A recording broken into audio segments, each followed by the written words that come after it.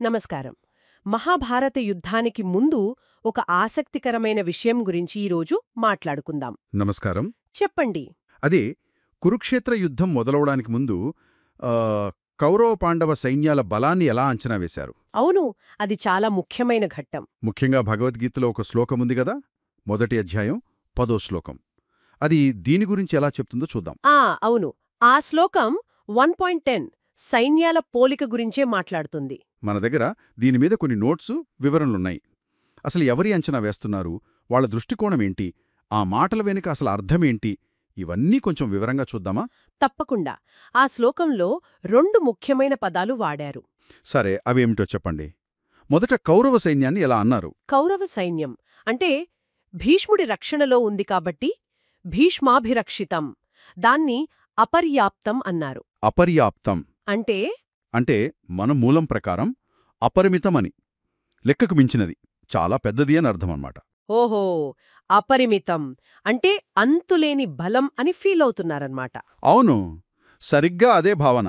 మరి పాండవుల సంగతేంటి? వాళ్ల సైన్యాన్నేమన్నారు? ఆ పాండవ సైన్యం భీముడి రక్షణలో ఉంది, భీమాభిరక్షితం. వాళ్ల బలాన్ని పర్యాప్తం అని అన్నారు. పర్యాప్తం దీనికర్థమేంటి? అపరిమితానికి వ్యతిరేకమా? అవును, ఆసక్తికరంగా మూలం దీన్ని పరిమితం అని లేదా సరిపోదు అని వివరిస్తోంది. అపరిమితం వర్సెస్ పరిమితం చాలా పెద్ద తేడా కదా. నిజమే. అయితే అసలీ మాటలెవరివి? ఎవరిలా పోలుస్తున్నారు? ఇక్కడే అసలు విషయం ఉంది. ఈ పోలిక చేస్తోంది దుర్యోధనుడు.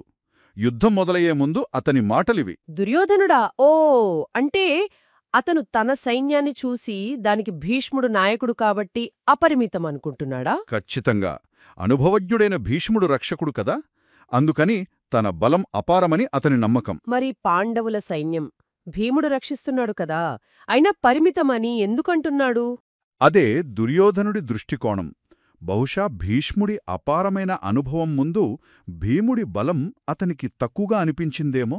అంటే ఇది కేవలం సంఖ్యాబలం గురించిన పోలిక కాదంటారా? చెప్పేవాళ్ల అభిప్రాయం కూడా ఇందులో ఉందా? ఖచ్చితంగా ఉంది.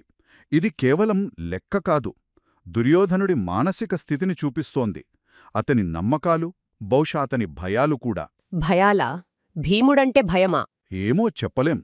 పైకి తన సైన్యం గొప్పదని అంటున్నా లోపల భీముడి పరాక్రమం గురించి ఎక్కడో చిన్న ఆందోళన ఉండి ఉండవచ్చు. అందుకేనేమో ప్రత్యేకంగా భీమాభిరక్షితం అని వాళ్ల సైన్యాన్ని ప్రస్తావిస్తూ అది పరిమితమేలే అని తనకు తాను సర్దు చెప్పుకుంటున్నాడు. అలాగా. అంటే అపర్యాప్తం, పర్యాప్తం అనేవి అతని వ్యక్తిగత అంచనాలు అంతేనా? అవును, అవి అతని ఆత్మాశ్రయ అభిప్రాయాలు, సబ్జెక్టివ్ వ్యూ, వస్తునిష్టమైన విశ్లేషణ కాదు.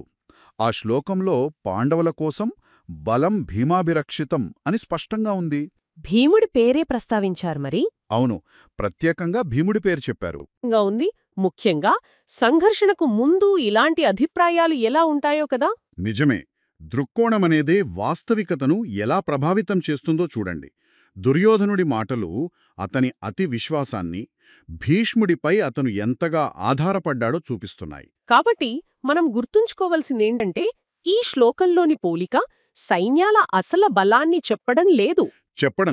ఇది యుద్ధానికి ముందు ఒక ముఖ్యమైన వ్యక్తి అంటే దుర్యోధనుడి మైండ్ సెట్ను మనకు చూపిస్తుంది.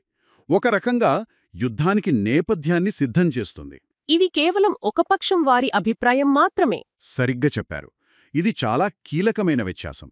ఇది సంఖ్యాబలం గురించి కాదు, నాయకుల ఆలోచనలు, వారి నమ్మకాలు, భయాలు, ఇవి కూడా యుద్ధాన్ని ప్రభావితం చేస్తాయని ఇది సూచిస్తుంది. వినేవాళ్లు ఆలోచించడానికి ఒక ప్రశ్న వదిలిపెడదాం. తప్పకుండా. అదే సమయంలో అవే 2 సైన్యాలను చూసి పాండవులు, ఉదాహరణకు ధర్మరాజు, ఆయన తన బలాన్ని, కౌరవుల బలాన్ని ఎలా అంచనా వేసుండొచ్చు? మంచి ప్రశ్న. వారి దృష్టిలో ఏది అపర్యాప్తం, ఏది పర్యాప్తం? అవును, వారి దృక్కోణం ఎలా ఉండేదో ఆలోచించాల్సిన విషయం కదా. ఖచ్చితంగా.